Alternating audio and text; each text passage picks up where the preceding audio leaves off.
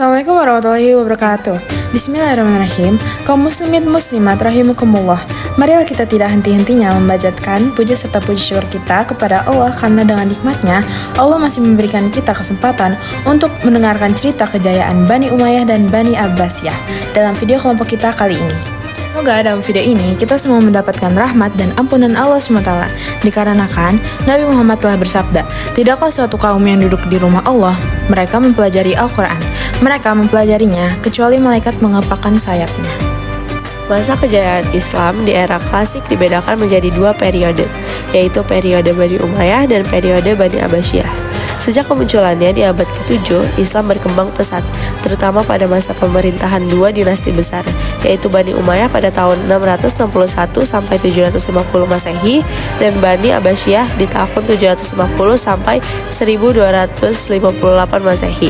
Kedua dinasti ini memainkan peran penting dalam memperluas pengaruh dan kejayaan Islam, baik di bidang politik, ekonomi, sains, budaya, dan peradaban. Bani Umayyah adalah dinasti pertama yang muncul setelah era Khulafaur Rasyidin. Dinasti ini berdiri pada tahun 661 Masehi setelah terbunuhnya Khalifah Ali bin Abi Thalib atau Khalifah keempat dalam perang Siffin dan kemenangannya Muawiyah bin Abi Sufyan. Kemenangan Muawiyah mengakhiri periode fitnah besar dalam Islam, yaitu mencakup perang Jamal dan perang Siffin, serta memulai pemerintahan yang lebih stabil di bawah kepemimpinan keluarga Umayyah. Pendiri dinasti Umayyah terbagi menjadi tiga. Yang pertama ada Muawiyah bin Abi Sufyan. Pendiri dinasti ini menjadi khalifah pertama yang berasal dari Bani Umayyah pada tahun 661 Masehi. Ia menjadikan Damaskus sebagai ibu kota kekhalifahan.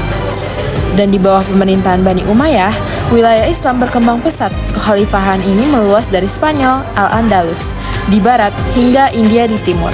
Pemerintahan Bani Umayyah terkenal pada penekanan pada aristokrasi, di mana posisi-posisi penting dalam pemerintahan didominasi oleh keluarga besar dan bangsawan Quraisy. Karena semua usahanya ada hasil baik yang didapatkan dan keberhasilan Bani Umayyah seperti ekspansi wilayah Islam, Bani Umayyah berhasil memperluas wilayah Islam keluar Jazirah Arab, menaklukkan Persia, sebagai besar Asia Barat, Afrika Utara, dan Spanyol. Dan pusat kekuasaan mereka mendirikan pusat pemerintahan di Damaskus dan membangun administrasi yang lebih terorganisir, meskipun tetap mempertahankan struktur kesukuan. Namun tidak semua orang setuju dengan dinasti Umayyah, dan karena tidak kesetujuan itu akhirnya mendapatkan banyak kritikan, seperti banyak orang merasa bahwa Bani Umayyah terlalu mementingkan kedudukan keluarga dan aristokrasi Quraisy, sehingga terjadi ketidakadilan terhadap orang-orang non-Quraisy, terutama orang-orang dari kalangan Arab non-Quraisy dan umat non-Arab. Bani Abbasiyah adalah dinasti yang memerintahkan dunia Islam dari tahun 750 Masehi hingga 1258 Masehi.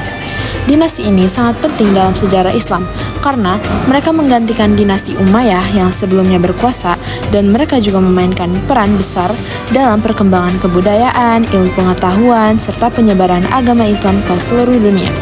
Berikut adalah gambaran singkat tentang sejarah dan pencapaian Bani Abbasiyah. Dinasti ini didirikan setelah pemberontakan besar yang dikenal dengan nama Revolusi Abbasiyah atau Revolusi Abu Muslim. Revolusi ini berhasil menggulingkan dinasti Umayyah yang saat itu berkuasa.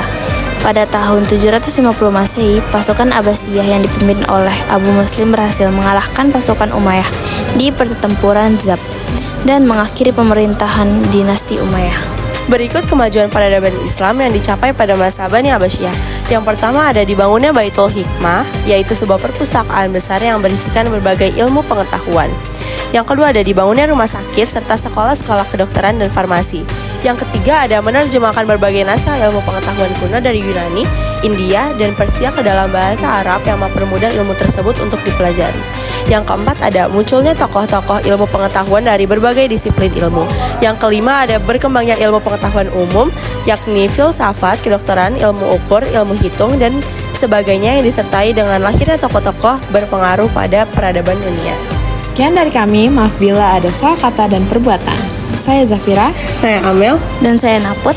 kami izin pamit. Wassalamualaikum warahmatullahi wabarakatuh.